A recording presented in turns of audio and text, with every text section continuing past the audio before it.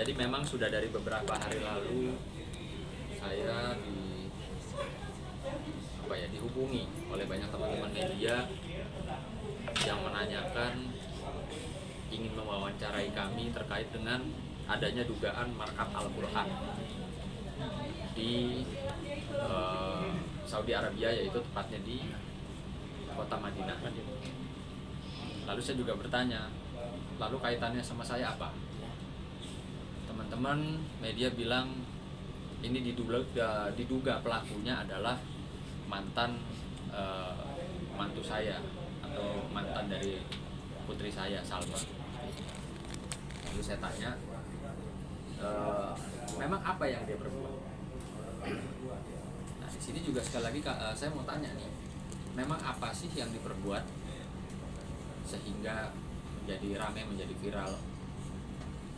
Yang pasti kalau memang berkaitan dengan Al-Quran, saya sangat menyayangkan, ya, dimana kebetulan kami kemarin juga Januari akhir baru pulang dari umroh, begitu juga Mas Udit ya baru pulang dari umroh juga. Memang sepenglihatan kami, jamaah Indonesia itu luar biasa banyak di Madinah kemarin ya, khususnya di Madinah dan di kota Mekah, yang dimana kebanyakan warga negara Indonesia itu pergi umroh, dan mereka juga menyumbangkan baik itu makanan, baik itu wakaf Quran dan lain-lain.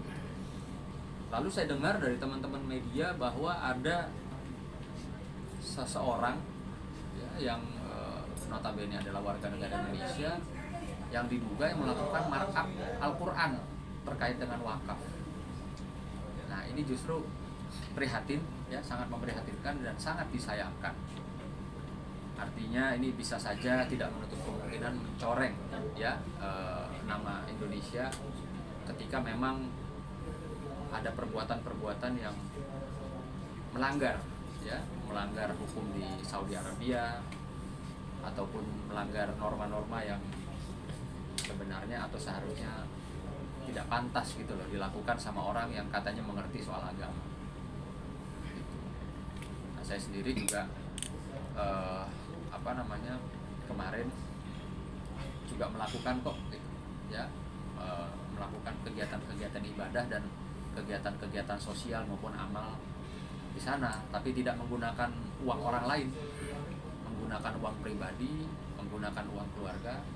Bahkan yang membuat saya terharu kemarin kepada putri saya, Salma Vina, dia itu ikut menyumbangkan uangnya di acara Jumat Berkah yang saya bikin di kota Madinah kemarin. Saya sangat-sangat terharu, artinya kan ya mungkin semua udah tahu bahwa saat ini Salma sedang tidak seiman dengan kami, tapi begitu saya tawarkan, Kak, ayah ini Jumat Berkah mau bagi-bagi makanan, mau ikutan nggak? Oh ya, aku mau ikutan. Berapa juta gini-gini. Saya tuh terharu gitu ya. Artinya ada seorang putri saya, Salma, yang sedang saat ini tidak seiman, dan mudah-mudahan kita doakan imannya bisa kembali, ya, iman Islamnya dapat hidayah dan kembali. Dia saja mau dengan cepat merespon, mau ikut beramal, membagikan makanan-makanan. Nah, sementara saya mendengar mantannya anak saya ini mendapatkan informasi saya dari teman-teman media, justru malah dia mengambil keuntungan. Kita duga mengambil keuntungan kan dengan markup Al-Quran kasar. Saya mendapatkan info misalnya Al-Quran itu harganya berapa real, tapi di markup dijual dengan tinggi. Nah, pertanyaan saya, uang selisihnya itu buat apa ya?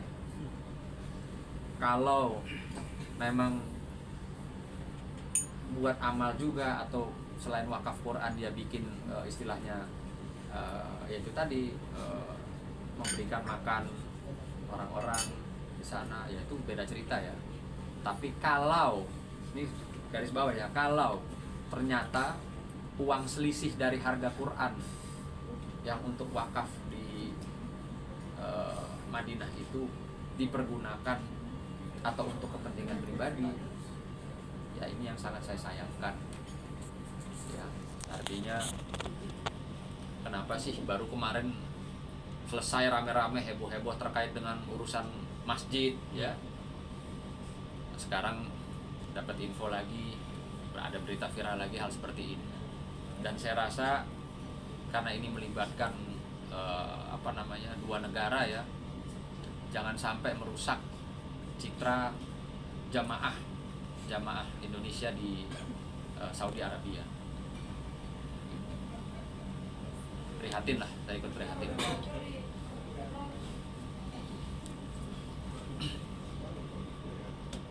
Menyayangkan nggak sih Bang? Sebenarnya orang ada jual agama. Saya nggak tahu ya motifnya, dan saya juga nggak bisa katakan anak itu menjual agama. Tapi ya saya sayangkan saja. Harusnya kan niatnya baik ya, niatnya baik mengajak orang. Ini lagi-lagi kan selalu mengajak orang nih. Kemarin juga mengajak orang untuk bangun masjid gitu kan. Intinya kan mengajak, membuka donasi. Kayak yang saya dapat info juga masalah Palestina, buka donasi. Nah, saya ini berharap pemerintah hadir di sini. Ya, pemerintah yang berwenang saya harap hadir ketika seorang selebgram atau public figure atau artis atau siapapun itu ya membuka open donasi, ya menjual entah negara Palestina atau menjual agama atau menjual untuk membangun rumah ibadah. Ini harus diawasi oleh pemerintah ya, supaya semua berjalan baik dan benar sesuai aturan yang berlaku. Jangan sampai di situ ada muatan-muatan yang untuk kepentingan pribadi gitu. Tujuannya baik, maka secara hukum Allah bagi Islam tentunya itu merupakan suatu dosa. Kalau berdagang itu diizinkan siapapun secara hukum, ketika dia mengambil untung. Rasulullah sudah banyak mengajarkan kepada kita untuk berniaga secara jujur.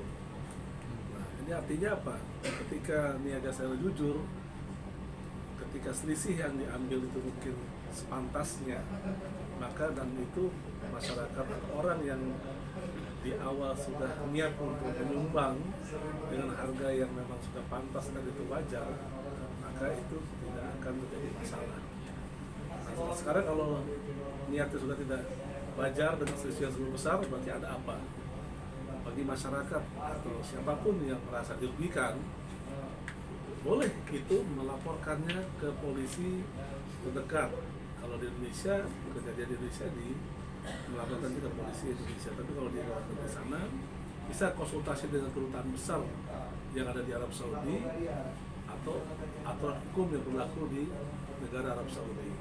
Saya kira seluruh negara memiliki kemiripan unsur-unsur pidana dalam hal orang berbuat pidana, ada unsur-unsurnya seperti tipu muslihat, kemudian menggerakkan orang lain untuk menyerahkan suatu benda ke barang, dengan iming-iming, sesuai dengan undang-undang masing-masing di negara masing-masing, terutama di Arab Saudi. Mungkin itu bisa dikonsultasikan kepada kedutaan besar kita yang ada di sana, kira-kira hukum apa yang tepat untuk mengatasi masalah tersebut.